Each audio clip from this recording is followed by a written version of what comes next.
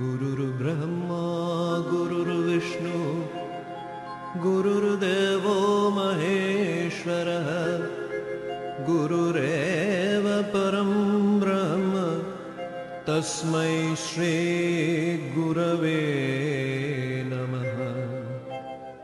Shri Guru Bhagavat doctor Chandrabhanu সতপথী ডাঙৰীয়াৰ দ্বাৰা ৰচিত শ্ৰী গুৰু ভাগৱত। আজি প্ৰথম খণ্ডৰ অষ্টাদশ অধ্যায়, পৃষ্ঠা নম্বৰ 37 পৰা 38লৈ, শ্লোক 107 পৰা 111লৈ। অহংকাৰ ঘোৰ মায়াত আমি নিজকে পাহৰি যাওঁ। মাথোন গুৰুৰ কৃপাতহে মহা আনন্দত জীৱন পাৰ কৰিব পাৰি।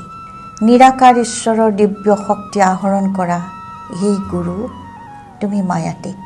তোমাৰেই মাধ্যম তেওঁ, জনসেৱা কৰে যে তেওঁ কোনো এক জন্মতে জন্মিব গুৰুৰ ৰূপতে। হে গুৰুদেৱ, তেওঁ আপোনাৰেই মাধ্যম, জনসেৱা তেওঁৰ কৰ্ম। কোনো জন্মত তেওঁ শ্ৰী গুৰুৰ ৰূপতহে জন্মগ্ৰহণ কৰে। প্ৰভু পিপাসু সিসকলে বহু জন্ম অন্ত হৈ মিলে। চুফি মাৰ্গৰ সাহিত্যতো বৰ্ণনা আছে যে বহুতো। এনে প্ৰভু পিপাসুসকলৰ বহু জন্মৰ পিছত লগালগি হয় বা মিলন হয়। চুফি সাহিত্যত এনে অনেক বৰ্ণনা আছে। মজ্জুব বা কামিল নামে, কলন্দৰ বা মস্ত নামে শুদ্ধ যোগ সদায় কৰে, নিমগ্ন ঈশ্বৰ প্ৰেমতে। এওঁলোকক মজ্জুব, কামিল, কলন্দৰ বা মস্ত নামেও জনা যায়। এওঁলোকে সদায় শুদ্ধ যোগ কৰি ঈশ্বৰ প্ৰেমত নিমগ্ন হৈ থাকে। অনেক বেশ ধৰি থাকে, ধৰাও নিদিয়ে সহজে।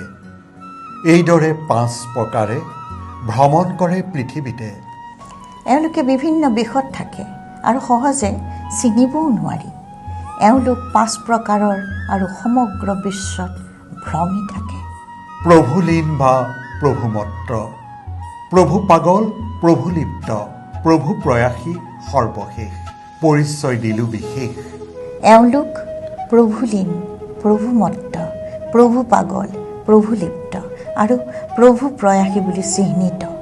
এওঁলোকৰ বিশেষ পৰিচয় এনেধৰণেই দাঙি ধৰিলোঁ। আজিলৈ ইমানতে সামৰিলোঁ। অহাবাৰ পুনৰ লগ পাম। জয় গুৰুদেৱ। জয় শ্ৰী গুৰু ভাগৱত।